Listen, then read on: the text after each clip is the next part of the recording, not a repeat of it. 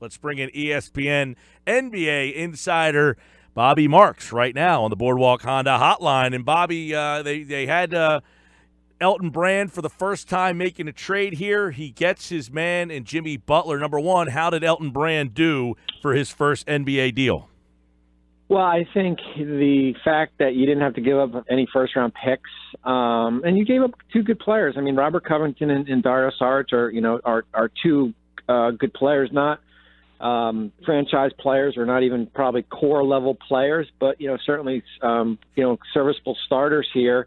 And I think what you learned was, in going through this past summer, is that how hard it is to get players like Jimmy Butler, all-star level players who, were free agents, this past summer, to sign with you. And, usually the case is that you have to give up something to get something. So I think based on, the ironic thing is that if you watched Philadelphia on Friday night blow that lead to Charlotte, and then if you watched Minnesota play Sacramento a little bit later, you can kind of connect the dots that these two were kind of the perfect fit just based on how, things were going with the Timberwolves, how Butler was playing. And then really kind of the roster was a little bit flawed in Philadelphia outside of your main guys, that you needed that third guy. And I think Coach Brown's been pretty upfront that they need that third all-star level player.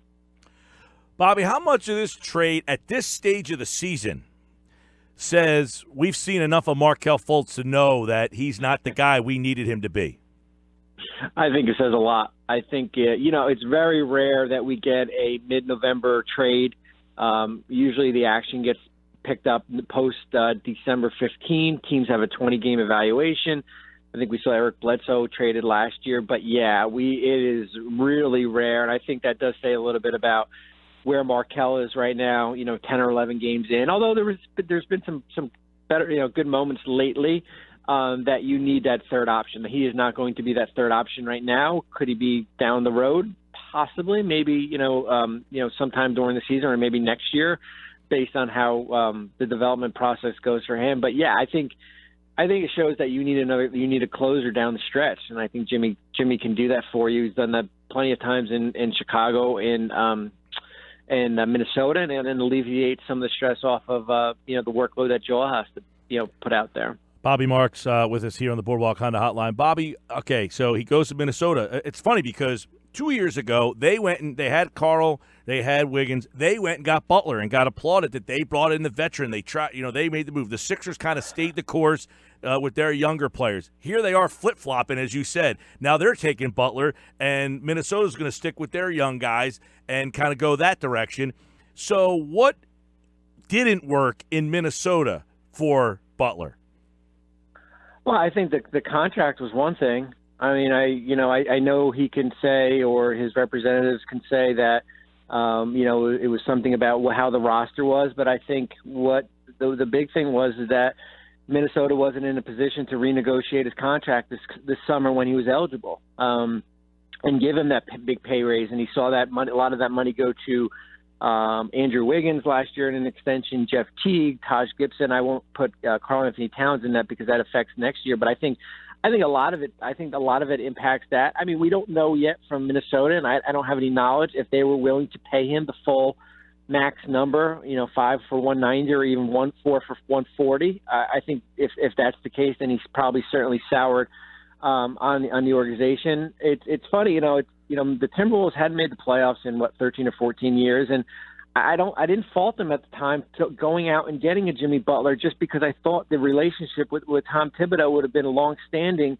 and that Butler would have been a piece for that team going forward in the future. And I guess they saved face a little bit with Covington and Saric, but you gave up a lot to get him, though. So I don't see any of the issues that correlated with Butler in Minnesota surfacing in here with this group. I don't see him being in a locker room distraction.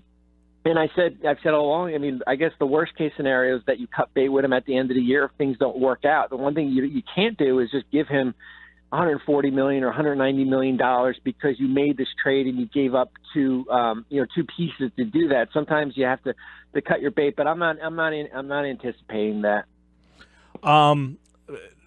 Does this make Philly, in your opinion, and more attractive now in the free agent game? They couldn't get one this year. Does having the third guy, that obviously means they sign him to a deal, does that make them more attractive, not as attractive, less attractive, or indifferent?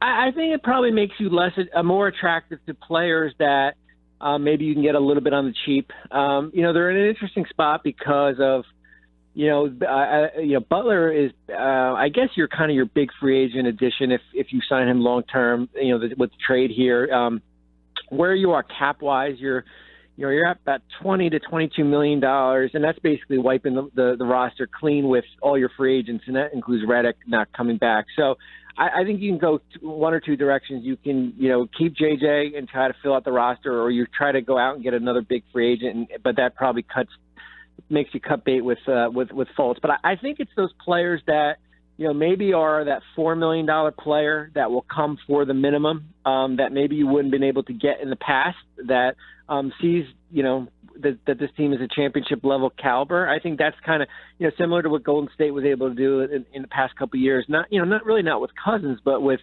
players like David West that kind of gave up a little bit, maybe could have made a lot more money to go elsewhere. And I think it depends on how this team does. And I'm expecting them to kind of, they're certainly a top four team. Now, can they get up to that Toronto and Boston level? I think they can, because it's still early enough in the season that this roster, you have enough time with this roster to to figure it out. Bobby Marks is with us. So how's the fit? Do you like the fit with Joel, Ben, Butler? What's left over? I guess Fultz. You got Chandler, J.J. Redick. Is this a team that is significantly better today than they were yesterday? Yes, they are. I mean, the nitpickers probably would say that, Paul George and Kawhi Leonard are better fits than Jimmy Butler, and they're right. But you weren't getting Paul George in free agency, and you basically would have to give up more than what you gave Minnesota to go get Kawhi Leonard here. So, yeah, I think what you'll probably see is a starting five that with Simmons, Redick, Jimmy Butler. We'll see who plays the four. Is it going to be Wilson Chandler or Embiid? And then I think of course, your question mark is, do you have enough shooting, and what is your bench going to look like? And maybe that's something that gets addressed after Thanksgiving here. So yeah, I mean, it's so hard, and guys, and this, it's so hard in the league to get closers. I mean, it really is down the stretch. I mean, you watch teams, and I'm watching Denver last night against Milwaukee. A good team, by the way. It was a good team. They're a nice team. They're 9-4, but hey, when you don't have a closer down the stretch, when you don't have a James Harden, the top 15 level player, and Joel and Ben are top 15 players, but Jimmy's just a different animal where it's a wing. He's a proven scorer, and he's won a lot of big games here. So yeah, I think it does make them better, but I think you do still have some work to do as far as figuring out what your depth is going to look like. Overall, Boston lost last night. They've been struggling a little bit here. Toronto's kind of, flexing their muscles early on in this one, and then there's Milwaukee. How do you look at I know it's very early, but what are you making of the early stages of this East? I think Milwaukee is feast or famine. I think if they're making their threes, they are tough out. Of course, with Giannis, but when Brooks, Lopez is hitting 8 threes last night, I mean, that's going to be a tough cover. So I think the Bucks have some long-standing power here.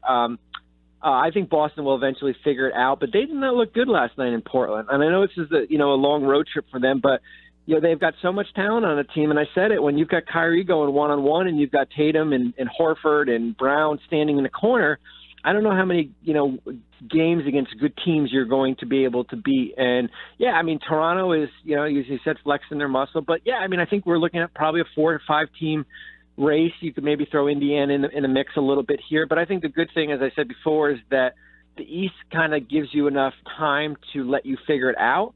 The funny part is that I think the East outside of Golden State probably is more better than the Western Conference. I think you can line these 4 or 5 teams up against, pretty much anyone out West, probably except for Golden State. Real quick, Bobby, before we let you roll, Corver, the Washington group of role players, Carmelo Anthony, these are all names that we're hearing today that Elton Brand might not be done, that he might try to get another shooter or another player because he did trade away a lot of minutes went to Minnesota. If I was Philadelphia and if Carmelo Anthony was waived, I would put a waiver claim in for him. I would, and I know that the people, or maybe if you talk to people within the Rockets organization, or maybe some of the outside media is about criticizing him, about accepting his role, and I think that's always the questions. But if you can get a guy making the minimum that can give you 13 or 14 points off the bench and is playing 20 minutes, and I know there's a lot of defensive efficiencies, that's as good as any guy you're going to be able to get out there. And I think guys like Korver, you're probably going to have to wait until the buyout market to get him.